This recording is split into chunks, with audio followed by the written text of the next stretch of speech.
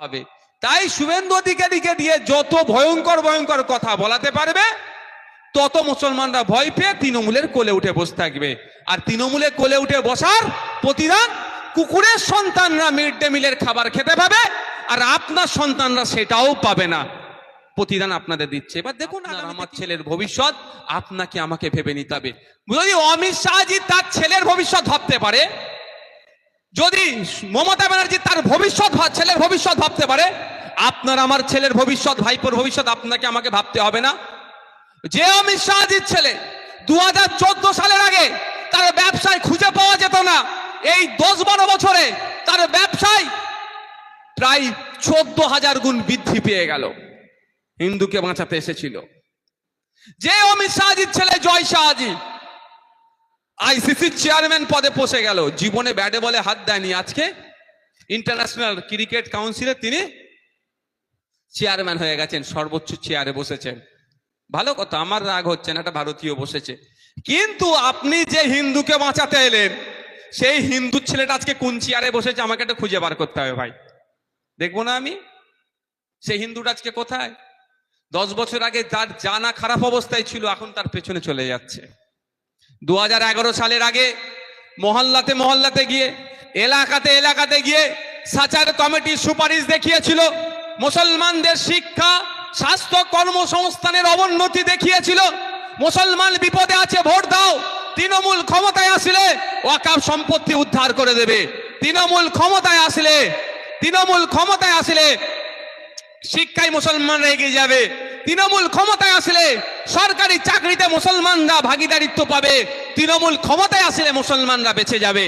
Trinamool vote দিল, মুসলমানরা আজকে বেঁচেছে? মনে হচ্ছে আপনাদের কেউ বেঁচেছে? একটা যখন তৃণমূল সরকার এসেছে 2011 সালে, 100 জন সরকারি কর্মচারী থাকলে সেখানে 3 জন মুসলমানকে খুঁজে পেতেন। আর এই 14-15 বছরে মুসলমানকে এত ভালোবেসেছে, এত বাঁচিয়েছে, 100 জন সরকারি কর্মচারী থাকলে আপনি একটাও মুসলমান খুঁজে পাবেন না। 1000 সরকারি কর্মচারী থাকলে 2-1টা সেখানে খুঁজে পাবেন মুসলমান। তাহলে এটাকে মুসলমানকে বাঁচানো হলো। কিন্তু দেখুন, মমতা ব্যানার্জির ভাইপো অভিষেক ব্যানার্জি, তিনি চোখের ট্রিটমেন্ট করতে কোথায় যায়? আমেরিকাতে যায়। শুনেছি আমি তার অসুস্থ, যাতে তিনি তার দ্রুত সুস্থতা হয়, চোখ যাতে ভালো হয়ে যায়, আমরা সকলে মিলে প্রেয়ার করব। আমার চরম শত্রু হলেও সে সুস্থ থাকুক, এটা আমরা সব সময় চাইব। এতে কোনো অমত আশা করছি কেউ হবে না। কিন্তু আমার প্রশ্ন তো গুটি কয়েক থেকে যাবে। আমার পাড়ার ছেলেটার অর্থের অভাবে চোখের ছানি কাটাতে পারছে না, আর মমতা ব্যানার্জির ভাইপো, যে মমতা ব্যানার্জি 2011 সালের আগে আপনাকে বাঁচাতে এসেছিল, আপনার চোখের ছানি অপারেশন এখন করতে পারছেন না। আপনাকে বাঁচাবার নামে ভাইপো চলে যাচ্ছে আমেরিকাতে চোখের ট্রিটমেন্ট করতে। যে হসপিটালে, যে প্রতিষ্ঠানে ট্রিটমেন্ট করে, তার ফিস শুধু শুনেছি 1 কোটি টাকা। ক টাকা? 1 কোটি টাকা শুধু ফিস, ঔষধ নিন না। আমরা তো ট্রিটমেন্ট করতে যাই, 200 টাকা, 250 টাকা, 400 টাকা ফিস দিতে হয় না? তারপরে তো 1 গাদা ওষুধ আসে। আমি ডাক্তারদের খারাপ বলছি না, তবে আমার একবার, আমি কলকাতা যখন ছিলাম, থাকতাম আগে খুব পড়াশোনার সূত্রে আলিয়াতে, তো আমার পেটে প্রচন্ড যন্ত্রণা হচ্ছিল আর প্রচন্ড জ্বর। তো আমি কলকাতার কোন এক বেসরকারি হসপিটালে নিয়ে গেছি। আমাকে একটা গল্প তাহলে শুনবেন ভাই, এই প্রসঙ্গে এসে শুনুন। নিয়ে যাওয়ার পরে এসব কি সব করলো, ইউএসজি না ওইসব কি বলে, এইসব করলো, করার বলে বলছে পেটে পাথর হচ্ছে, ইমিডিয়েট অপারেশন করতে হবে। তো আমার আপারা ভাইয়ারা আমাকে তো খুবই ভালোবাসে, বলতে ঠিক আছে অপারেশন হবে, একবার ঘর থেকে তোকে ঘুরিয়ে নিয়ে আসি। সবই আল্লাহ পাকের ইচ্ছা। মানে আমি ওখানে শুয়ে শুয়ে ভাবছি, তখন আমি পড়াশোনা আর খেলাধুলা করতাম, যে অপারেশনটা মাইক্রো করব না বড় করব। মাইক্রো করলে কদিন পরেই খেলতে পারবো, বিশ্বাস করুন। আর বড় অপারেশন মানে যেটা কাটা ছিঁড়া করে, তাহলে কদিন পরে হবে। সেও আমি জিজ্ঞাসা করলাম, যে নার্স এসেছিল, যে ম্যাডাম এইটা কতদিন হতে পারে, আমি জানি অপারেশন করতে হবে। তো আমাকে যতদিন একদিন বলেছ, একদিন পরে 2-4 দিন, মানে ঘরে নিয়ে যায়, 2-4 দিন পরে অপারেশন করতে হবে। আমি এটা বলার কারণ, এটাকে শুধু বলছি যে কি সিস্টেম চলছে আজকাল। তো ফিরে এসেছি, ফিরে আসার পরে আমার যে বড় জামাইবাবু দুলাভাই শিশুদের ডাক্তার শিয়াখালা বাজারে বলে চলো ওর কাছে নিয়ে যাবো, ওনার কাছে। শিশুদের ডাক্তারের কাছে আমাকে নিয়ে গেছে। তার সাথে খুব একটু ভালো সম্পর্ক, তো গিয়ে আমাকে ডাক্তারবাবু বললেন কি হয়েছে বাবু? আমি বললাম এই হয়েছে। তো বলছেন উনি কতদিন ধরে হয়েছে? 6-8 মাস ধরে এই ধরনের যন্ত্রণা জ্বর আসছে। আমি না এই 2-4 দিন হলো। বলছে আপনি কি করেন? আমি বললাম আমি পড়াশোনা করি আর খেলাধুলা। তখন আমি ন্যাশনাল লেভেলে ভলিবল খেলতাম, দুটো ছাড়া আর কিছু ছিল না। যখন খেলাধুলা বললাম তো বলছে কি খেলেন, কেমন প্র্যাকটিস করেন না করেন, আমি সব শুনলো। শোনার পরে হেসে বলছে যে আপনার এই রিপোর্টটা ভুল আছে। তখনও কিন্তু রিপোর্ট করায়নি আমার, 2টো ট্যাবলেট দিয়েছিল, একটা জ্বর কমার ট্যাবলেট আর যন্ত্রণা বেশি হলে। আমি বলার কারণ এখন ডাক্তারদের কাছে গেলে দেখবেন এত ফর্দ করে দিচ্ছে, তাই না?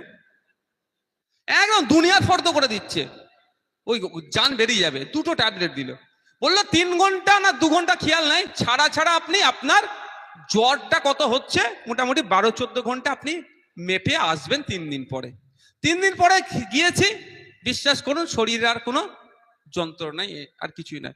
উনি বললেন আপনার মনের বিশ্বাসটা স্থাপনের জন্য বলছি, বড় কোনো ভালো জায়গাতে গিয়ে এগুলো আপনারা একবার ওই যেগুলো যা করেছিল নতুন করে নেবেন। তবে আমি ডাক্তারবাবু বলছি আপনার ওগুলো কিছু ছিল না।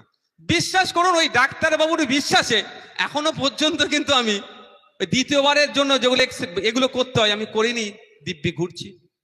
আমার বলার এটা বক্তব্য ঔষধের বিষয়টা। মাত্র 2টো ট্যাবলেট দিয়েছিল, মাত্র 2টো ট্যাবলেট, একটা জ্বরের আর একটা যন্ত্রণা হলে খাওয়ার জন্য।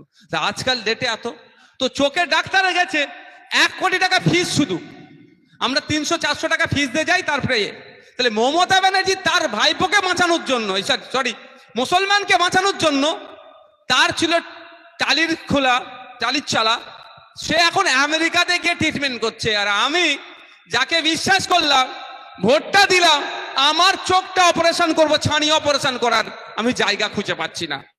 যদি এখন চোখের আলো বলে একটা প্রকল্প রাজ্য সরকার বার করেছে, জানেন আপনারা? হ্যাঁ, এখানে এত মানুষ আছে জানেন না? আপনাদের বিধায়ক বলেনি? কেন বলেনি? শুধু 1,21,000 টাকা মাইনে নেবে। চোখের আলো বলে একটা প্রকল্প আছে আমাদের রাজ্য সরকারের, করবেন কি করবেন না আপনাদের ব্যাপার। ওতে রাজ্য সরকার ফ্রিতে এখন ব্যবস্থা করেছে। তবে একটু বলেও রাখি, এই ফ্রিতে গিয়ে মেটিয়াপুরে যে একাধিক মানুষের কিন্তু চোখ নষ্ট হয়ে গেছে, এও অভিযোগ আছে। আমি শুনিয়ে দিলাম ভাই, তখন বলবেন না ভাইয়ান আপনার কথা শুনে চোখের আলোতে অপারেশন করিয়ে আমার অমুকজন অন্ধ হয়ে গেছে। কারণটাও বলছি, যে ড্রপ গুলো দেওয়া হয় একটু দামি ড্রপ দিলেই ওগুলো আর হয় না ক্ষতি। মানে ওখানে এত বড় অসভ্য বর্বরের দলেরা মানুষের চোখ পূর্ণ বিষয়, সেখানেও ডুপ্লিকেট মাল ভরে দেয়। বুঝে আসছে ভাই কার হাতে আপনি দায়িত্ব দিয়েছেন আপনি? যে বিজেপির হাত থেকে বাঁচতে হবে, সম্প্রীতি ঐক্যের সাথে বাঁচতে হবে, তাই না?